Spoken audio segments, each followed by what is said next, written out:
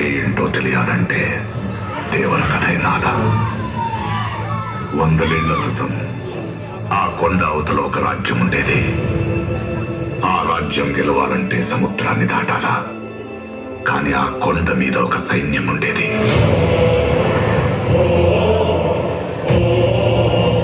దేశం జల్లెడపట్టి రాజు తెచ్చుకున్న సైన్యం. కులం లేదు, మతం లేదు, భయం అసలే లేదు. వాళ్ళ దైవం ఆయుధం, వాళ్ళ ఆయుధం ధైర్యం.